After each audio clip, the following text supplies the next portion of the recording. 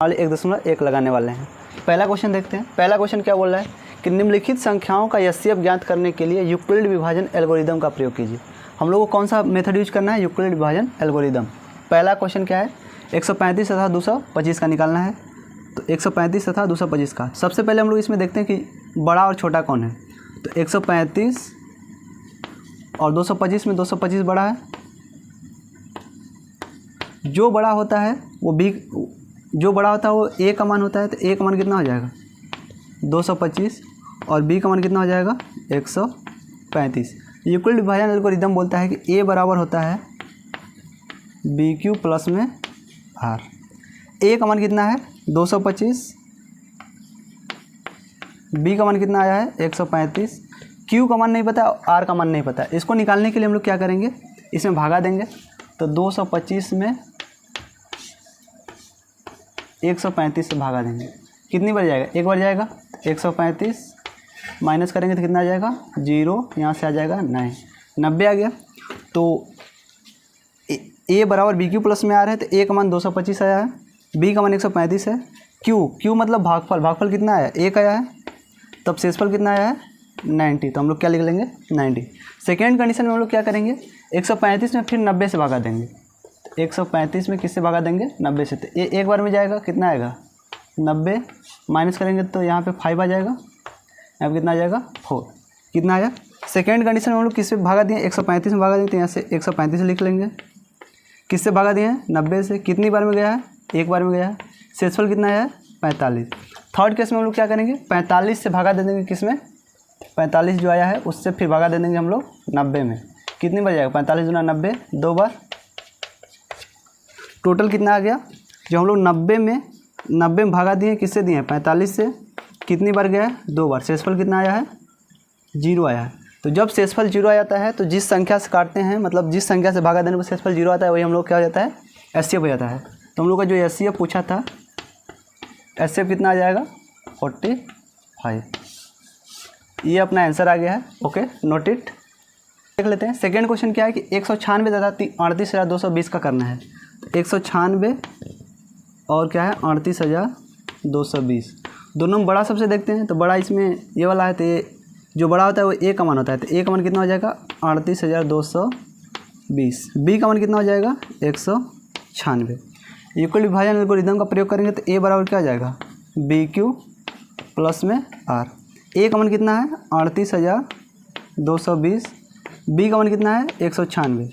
Q का मान नहीं पता, आर का मान नहीं पता है। तो इसको निकालने के लिए हम लोग भागा देंगे। तो 38,220 में किससे भागा देंगे? 196। कितनी बार में जाएगा? एक बार में जाएगा। तो कितना आएगा? 196 माइनस करेंगे तो यहाँ से 12 से 6 गया 6, 17 में से 8 गया, नहीं 17 में से 9 गया 8, और यहाँ पे कितना बचेगा? 1। 186 आया, 2 उतर जाएगा। अब कितनी बार में जाएगा? लगभग 9 बार में जाएगा। 6 9 54, 4 हाथ लगा 5, 99 81 5 99 81, और 5 कितना हो जाएगा? 6 9 54, 4 हाथ लगा 5, 99 81 5, 86, 6 हाथ लगा 8, 9 को 9 8 17। माइनस करेंगे तो 12 में से 4 गया 8, ये 15 में से 6 गया 9, और ये तो कट जाएगा। फिर उतरेगा क्या? 0। अब कितनी बार जाएगा? लगभग 5 बार जाएगा। तो कितना आ जाएगा? 980। करेंगे तो कट जाएगा। मतलब एक ही बार में, मतलब 196 से जब हम लोग भागा दिए तो कितनी बार गया है? 195 बार गया है। शेषफल कितना आ गया? तो 0। तो जब हम लोग 196 से भागा दिए हैं तो शेषफल कितना आ गया? 0। अर्थात हम लोग का एचसीएफ कितना हो जाएगा? एचसीएफ बराबर कितना आ जाएगा? जिस संख्या से भागा देने पर 0 आया है तो वो संख्या कौन सी है? 196। तो हम लोग का एचसीएफ कितना हो जाएगा? यही। तो यही अपना आंसर है। Okay, note it. अगला क्वेश्चन है 867 तथा 255 का निकालना है। थर्ड क्वेश्चन क्या है? 867 तथा 867 और 255 दोनों में बड़ा कौन सा है? 867 बड़ा है। तो ए का मान कितना आ जाएगा? 867, और बी का मान कितना आ जाएगा? 255। फार्मूला लगाएंगे यूक्लिड विभाजन एल्गोरिदम का। तो ए बराबर क्या होता है? बी क्यू प्लस में आर। ए का मान कितना है? 867। बी का मान कितना है? 255 आया है। क्यू और आर का मान निकालने के लिए हम लोग भागा देते हैं। तो 867 में किससे भागा देंगे? 255 से। तो ये लगभग जाएगा हम लोगों का 3 बार में जाएगा। 3 बाजे 15, 3 5 15 1 16 6 हाथ लगाए, 3 6 1 7, माइनस करेंगे तो 2 यहाँ से 0, यहाँ से 1, ठीक है। पहली बार जो हम लोग भागा दिए कितनी बार दिए, 3 बार, 3 आ गया भागफल और शेषफल कितना आया 102। सेकेंड केस में हम लोग क्या करेंगे, 102 से भागा देंगे 255 में, तो 255 में 102 से भागा देंगे तो लगभग कितनी बार में जाएगा, 2 बार जाएगा, 2 बार जाएगा तो कितना जाएगा 204, माइनस करेंगे 1, यहाँ पे 5, ये कट जाएगा। तो दूसरी कंडीशन में हम लोग किस में भागा दिए हैं, 102 से भागा दिए हैं 255 में, तो हम लोग का 255 क्या हो जाएगा, ए का मान हो जाएगा, तो 255 हो गया। फिर बी का मान कितना हो जाएगा 102, कितनी बार भागा दिए हैं 2 बार, शेषफल कितना आया है 51। थर्ड कंडीशन में हम लोग क्या करेंगे, 102 में 51 से भागा दे देंगे, तो ये लगभग 2 बार में जाएगा तो 102 आ जाएगा। थर्ड कंडीशन में हम लोग किस में भागा दिए, 102 में भागा दिए हैं, किससे भागा दिए हैं 51 से, कितनी बार गया 2 बार, शेषफल कितना आ गया 0। अतः हम लोग का जो एचसीएफ हो जाएगा, एचसीएफ क्या होता है, जिससे भागा देने पर शेषफल 0 हो जाए, तो 51 से जब हम लोग भागा देंगे तो शेषफल 0 हो गया है, तो अतः हम लोग का एचसीएफ कितना आ जाएगा 51 हो जाएगा। Okay, note it.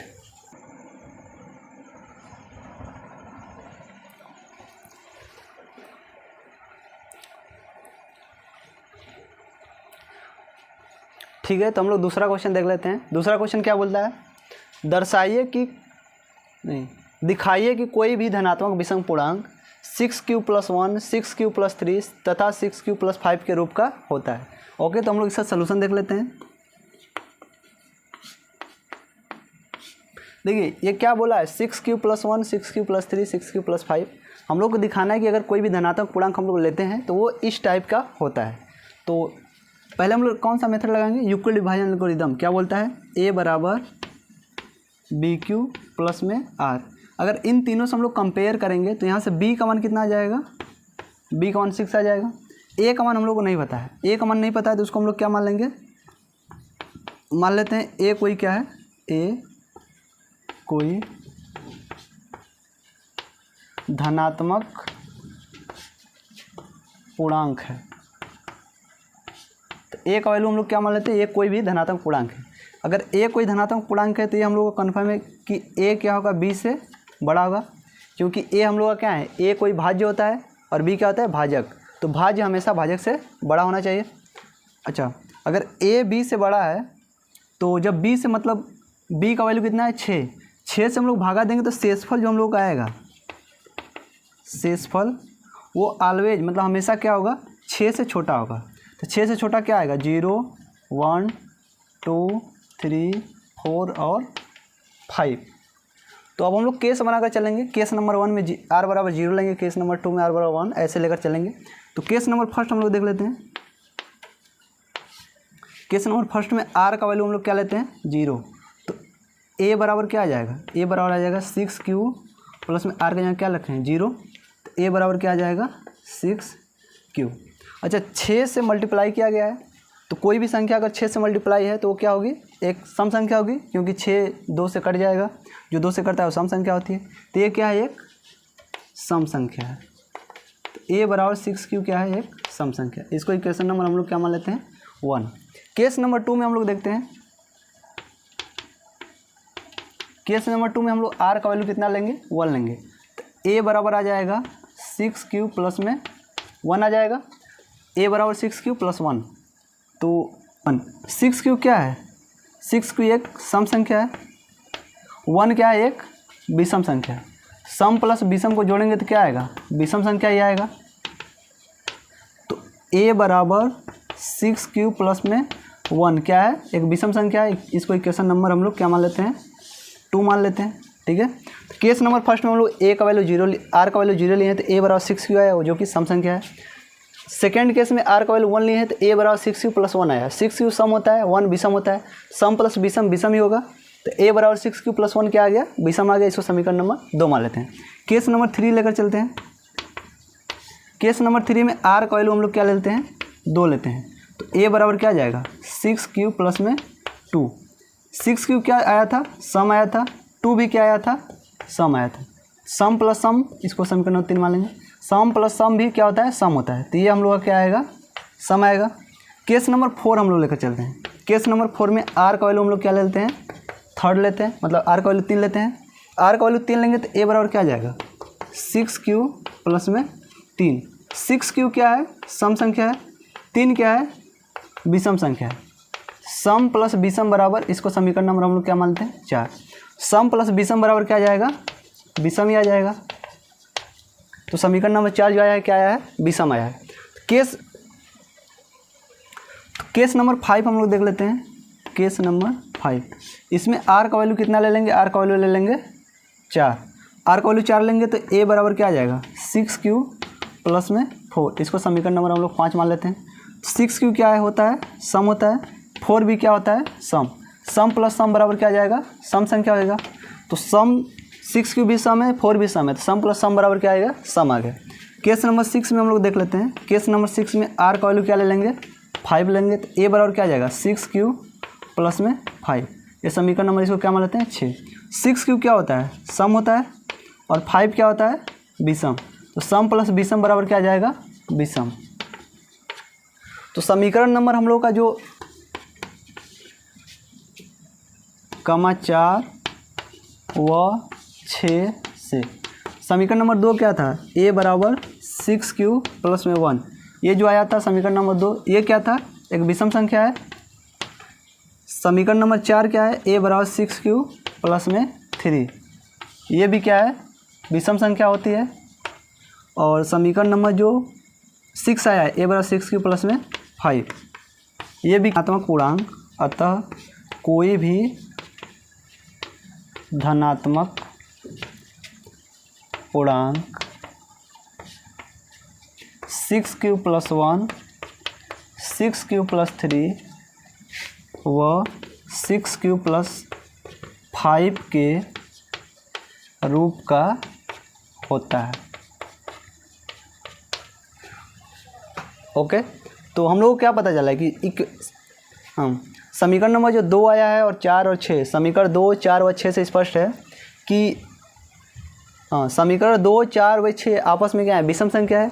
तो हम लोग बोल सकते हैं कि कोई भी धनात्मक विषम पूर्णांक 6q प्लस 1, 6q प्लस 3 और 6q प्लस 5 के रूप का होता है। Okay, note it.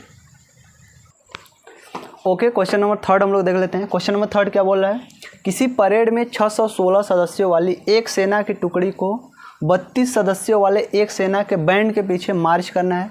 दोनों समूहों को समान संख्या वाले स्तंभों में मार्च करना है। उन स्तंभों की अधिकतम संख्या क्या होगी। देखिए, कोई परेड है, इसमें 616 सदस्य हैं, तो इसमें दोनों में बड़ा कौन सा है, दोनों में बड़ा है 616, तो ए का मान कितना हो जाएगा, 616। छोटा कौन सा है, 32, तो बी का मान कितना हो जाएगा, 32। इसमें पूछा क्या है, स्तंभों की अधिकतम संख्या। एक बात ध्यान दीजिएगा, जहाँ पे अधिकतम संख्या पूछेगा वहाँ पे एचसीएफ निकालेंगे, और जहाँ पे न्यूनतम संख्या पूछेगा वहाँ पे क्या निकालेंगे, एलसीएम निकालेंगे। तो इसका हम लोग क्या निकालना है, एचसीएफ निकालना है। अब इसमें बोला नहीं है कि किस मेथड से निकालना है, तो चूँकि हम लोग अभी तक क्या पढ़े हैं, यूक्लिड विभाजन एल्गोरिदम, तो उसी मेथड से हम लोग लगाएंगे। ठीक है, तो ए बराबर क्या हो जाएगा, बी क्यू प्लस में आर। ए का मान कितना है, 616, बी का मान कितना है, 32। क्यू और आर का मान निकालने के लिए इसमें हम लोग भागा देंगे, तो 616 में 32 से भागा देंगे, कितनी बार में जाएगा, एक बार में। 32 से कम 32, 11 से 2 गया 9, और यहाँ से कितना बचेगा, 5 में से 3 गया 2, 29। 6 उतारेगा, 32 से कम 32, घटाएंगे तो यहाँ पे 9, यहाँ पे 2 बचेगा, 6 उतारेंगे।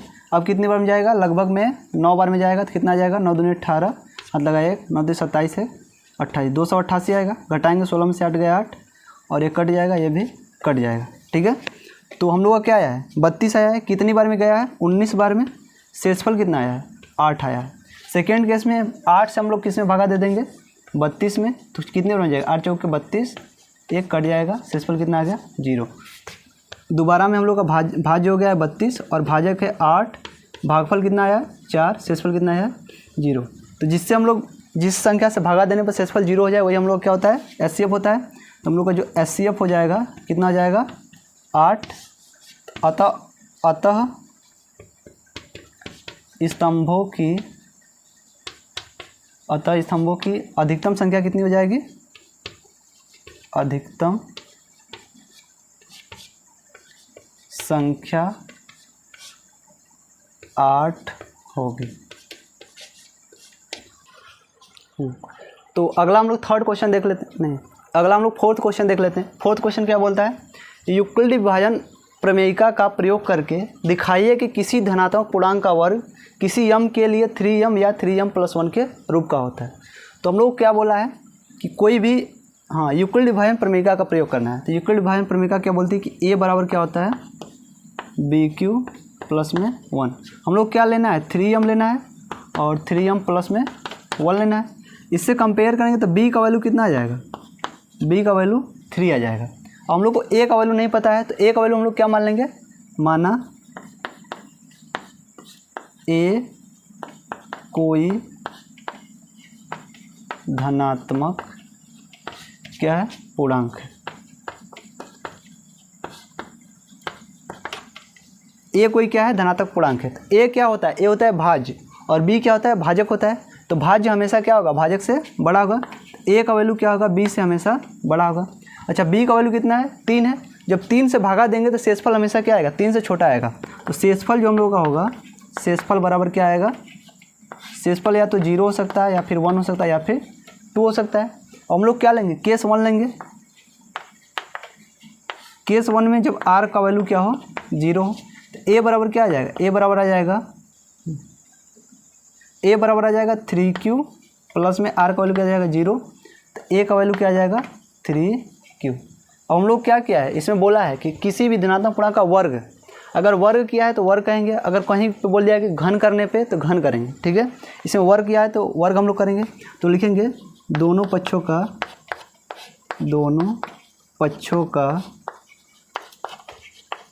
वर्ग करने पर,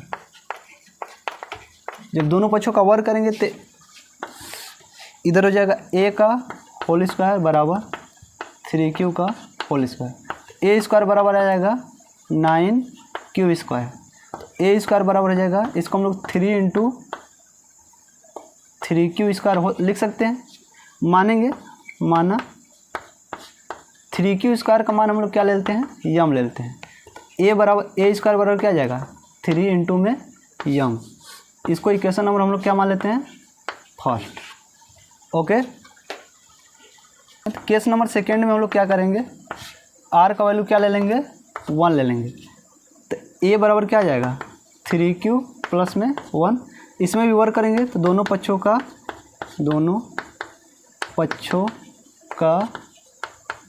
वर्ग करने पर,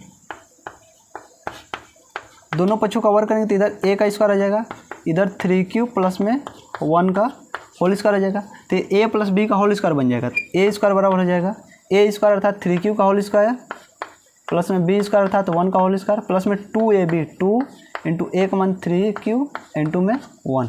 गुणा करेंगे तो a स्क्वायर बराबर हो जाएगा, यहाँ पे हो जाएगा 9q स्क्वायर प्लस में 1 प्लस में 6q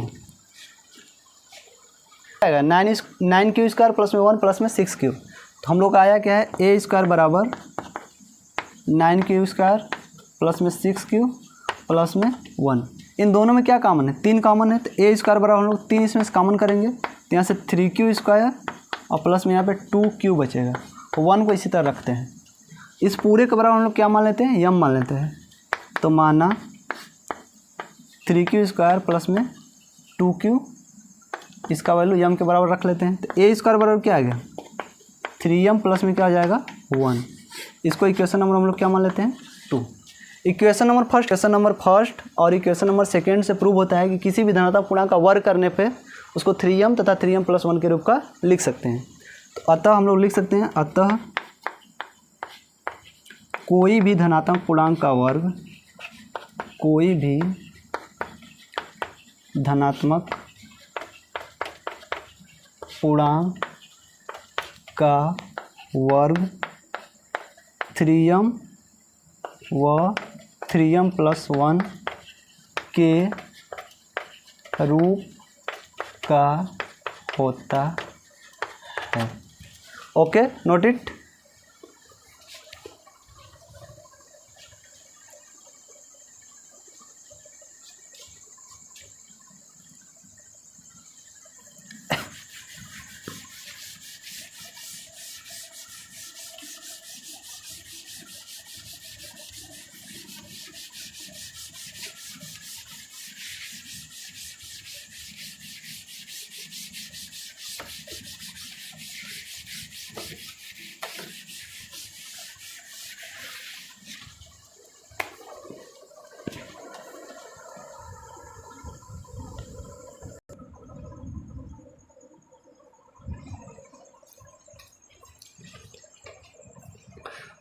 क्वेश्चन नंबर 5 हम लोग देख लेते हैं। ओके, अगला क्वेश्चन नंबर 5 हम लोग देख लेते हैं। क्वेश्चन नंबर 5 क्या बोलता है, यूक्लिड विभाजन प्रमेयिका का प्रयोग करके दिखाइए कि किसी धनात्मक पूर्णांक का घन 9m+1 या 9m+8 के रूप का होता है। क्योंकि हम लोग को कौन सा यूज करना है, यूक्लिड विभाजन प्रमेयिका। तो ये क्या बोलती है, a बराबर BQ प्लस में R। इसको कंपेयर करेंगे तो b का वैल्यू कितना आ जाएगा 9, और a का वैल्यू नहीं पता है तो a को क्या मानेंगे, माना a क्या है, a कोई, हम लोग बोला है धनात्मक पूर्णांक लेना है, तो माना a कोई धनात्मक पूर्णांक है। a कोई धनात्मक पूर्णांक है तो a होता क्या है, a होता है भाज्य, और भाज्य हमेशा क्या होता है, भाजक से बड़ा होता है। तो a बड़ा हो जाएगा b से, a b से बड़ा है, और b का वैल्यू क्या आया है 9 आया है। तो 9 से जब हम लोग भागा देंगे तो शेषफल हमेशा क्या होगा, 9 से छोटा होगा। तो शेषफल जो होगा, शेषफल 9 से छोटा होगा। 9 से छोटा क्या हो सकता है, 0 हो सकता है, 1 हो सकता है, 2 हो सकता है, इस तरह डॉट डॉट 8 तक। ठीक है, अब हम लोग केस नंबर a बराबर आ जाएगा 9 प्लस में 0। चूँकि हम लोग को करना क्या है, घन करना है, तो लिखेंगे दोनों तरफ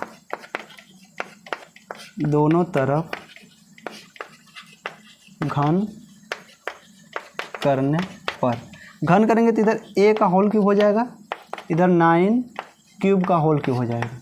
तो a क्यूब बराबर आ जाएगा 9 इंटू 9 इंटू क्यू के पावर 3 हो जाएगा।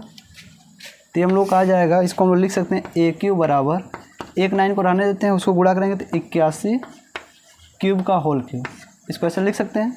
हम लोग मानेंगे कि 81 क्यूब का होल क्यूब को किसका, यम का मान ले लेंगे। a क्यूब बराबर क्या आ जाएगा 9 इंटू यम, ये हो जाएगा इक्वेशन नंबर फर्स्ट। अच्छा, 81 क्यू के पावर क्यू को हम लोग यम क्यों माने हैं, यम इसलिए माने हैं कि यहाँ पे हम लोग को बोला गया है कि 9m+1 9m+8 लेना है। तो जो हम लोग को यम के पद में लाना है तो क्यू को गायब करना पड़ेगा। तो इस पूरे को हम लोग यम मान लिए हैं, इसीलिए तो ए क्यू का मान क्या आएगा 9m। इक्वेशन नंबर फर्स्ट हो गया। केस नंबर सेकेंड में हम लोग देख लेते हैं। केस नंबर सेकेंड में क्या करेंगे, केस नंबर सेकेंड में आर का वैल्यू क्या लेंगे, 1 लेंगे। तो ए बराबर क्या आ जाएगा 9 प्लस में 1, दोनों तरफ हम लोग क्या कर देंगे, घन करेंगे, दोनों तरफ घन करने पर, दोनों तरफ घन करेंगे तो इधर हो जाएगा ए क्यू, इधर हो जाएगा 9 प्लस में 1 का होल क्यू। ए क्यू बराबर आ जाएगा, क्योंकि ए प्लस बी का होल क्यू क्या होता है, ए प्लस बी का होल क्यू होता है A cube plus B cube plus में 3ab कोष्टक में a प्लस में b, ये फार्मूला लगाएंगे। तो ए क्यू, ए का मतलब हुआ 9 क्यूब का होल क्यूब प्लस में बी क्यू 1 का होल क्यूब प्लस में 3ab, 3 इंटू ए का मान 9 क्यू इंटू बी का मान 1, और कोष्टक में a प्लस बी, तो 9 क्यू प्लस में 1 हो जाएगा। इसको हम लोग तोड़ लेते हैं तो ए क्यू का मान कितना आ जाएगा, 9 का 3 बार गुणा करेंगे, 9 का करेंगे तो 729 आ जाएगा, और क्यूब का करेंगे तो क्यूब 1 का 1 प्लस में इसको गुणा करेंगे तो 9 3 27 क्यू, कोष्टक में हो जाएगा 9 क्यू प्लस में 1। ओके, अब इधर उसी चीज़ को हम लोग इधर देख लेते हैं। ए क्यू बराबर क्या आया है, ए क्यू बराबर आया है 729 क्यूब का होल क्यूब इंटू 1 प्लस में 27 क्यू, कोष्टक में 9 क्यू प्लस में 1। ए क्यू बराबर क्या हो जाएगा 729 क्यूब का होल क्यूब प्लस में 1 प्लस में इसका मल्टीप्लीकेशन, इसको हम लोग मल्टीप्लाई कर देते हैं। तो 9 का करेंगे तो 9 7 63, 3 हाथ लगा 6, 9 दूनी 18, 6 8 6 14, 24 हो जाएगा, 243 क्यूब। 1 में करेंगे तो 27, यहाँ पे क्यू इसका हो जाएगा 27 इंटू में क्यू। ए क्यू बराबर जो क्यू के टर्म है उसको एक तरफ कर लेते हैं, तो 729 क्यूब का होल क्यूब प्लस में 243 क्यूब का होल स्क्वायर प्लस में 27 क्यूब प्लस में 1। तो ए क्यू बराबर आ जाएगा, इन तीनों में कॉमन क्या है, तीनों में 9 कॉमन है, तो 9 कॉमन करेंगे तो यहाँ से बचेगा 81 क्यूब का होल क्यूब प्लस में यहाँ से बचेगा 9 दूनी 18, 63, हाँ यहाँ से बचेगा 27 क्यूब का होल स्क्वायर प्लस में 9 3 27, 3 बचेगा, 1 को रहने देते हैं, यहाँ पे क्यू रहेगा। अब इस पूरे टर्म को हम लोग क्या मानेंगे, यम मानेंगे, क्योंकि हम लोग को यम के टर्म में लाना है। तो 81 क्यू का होल क्यूब प्लस में 27 क्यू स्क्वायर प्लस में 3 क्यू को हम लोग क्या मान लेते हैं, यम मान लेते हैं। तो ए क्यू का मान क्या आ जाएगा 9, इस पूरे की जगह यम रखेंगे प्लस में 1, इसको हम लोग क्या मान लेते हैं, ये जो आया इसको इक्वेशन नंबर 2 मान लेते हैं। तो इक्वेशन नंबर फर्स्ट क्या आया था, ए क्यू बराबर 9m, और इक्वेशन नंबर सेकंड क्या है, ए क्यू बराबर 9m प्लस में 1। अगला केस देख लेते हैं, केस नंबर थर्ड लेते हैं। तो केस नंबर थर्ड में हम लोग क्या लेंगे, केस नंबर थर्ड में आर का वैल्यू क्या ले लेंगे, 2 ले लेंगे। तो ए बराबर क्या आ जाएगा 9q प्लस में 2, दोनों तरफ घन करने पर, दोनों तरफ घन करने पर, तो ए क्यू इधर हो जाएगा, इधर 9q प्लस में 2 का क्या हो जाएगा, होल क्यूब हो जाएगा। तो ए क्यू बराबर क्या आ जाएगा, 9 का करेंगे 3 बार तो 729 क्यूब का होल क्यूब प्लस में ए क्यूब प्लस में बी क्यूब, बी 2 का क्यूब करेंगे तो 8 आ जाएगा, प्लस में ए क्यूब प्लस में बी क्यूब प्लस में 3ab, 3 इंटू ए का मान 9 क्यूब, बी का मान 2, कोष्टक में ए प्लस बी, तो 9 क्यूब प्लस में 2 हो जाएगा। तो ए क्यूब बराबर आ जाएगा 729 क्यू का होल क्यूब प्लस में 8 प्लस में, इसको मल्टीप्लिकेशन में इसको मल्टीप्लाई कर लेते हैं, 3 दूना 6 9 54 क्यूब, कोष्टक में 9 क्यूब प्लस में 2। ए क्यूब बराबर क्या आ जाएगा 729 क्यू का होल क्यूब प्लस में 8, इसको अंदर मल्टीप्लाई करेंगे तो कितना हो जाएगा, ये हो जाएगा 9 चौके 36, 6 हाथ लगा 3, 9 5 45, 3 48, 486 क्यू का होल स्क्वायर प्लस में 54 दूना 2 चौके 8, 2 5 10, 108 क्यू हो जाएगा। अब जो क्यू के टर्म है उसको एक तरफ ले लेते हैं, तो 729 क्यू का होल क्यूब प्लस में 486 क्यू स्क्वायर प्लस में 108 क्यू प्लस में 8 को अलग कर लेते हैं। ए क्यू बराबर इन तीनों में कॉमन क्या है, 9 कॉमन है, तो 9 कॉमन लेंगे तो ये बचेगा 81 क्यूब का होल क्यूब, इसमें से बचेगा तो 9 चौके 36,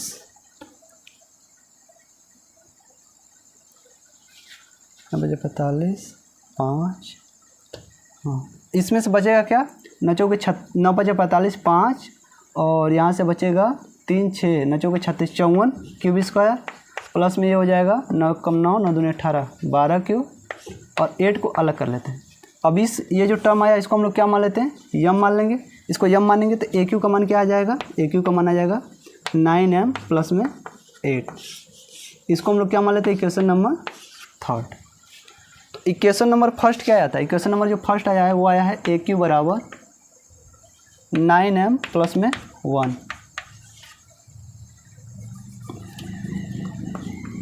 इक्वेशन नंबर फर्स्ट क्या है, ए क्यू बराबर 9m, इक्वेशन नंबर फर्स्ट हो गया। इक्वेशन नंबर सेकंड क्या है, ए क्यू बराबर 9m प्लस में 1। इक्वेशन नंबर थर्ड है ए क्यू बराबर 9m प्लस में 8। तो यहाँ से आप लोग देख सकते हैं कि किसी धनात्मक पूर्णांक का जब हम लोग क्यूब किए हैं तो पहले बार में 9m आया है, दूसरी बार में 9m प्लस में 1 आया है, तीसरी बार में 9m प्लस में 8 आया है। तो अतः हम लोग बोल सकते हैं कि किसी भी धनात्मक पूर्णांक का घन 9m प्लस 1, 9m प्लस 8 के रूप का होता है। Okay, note it.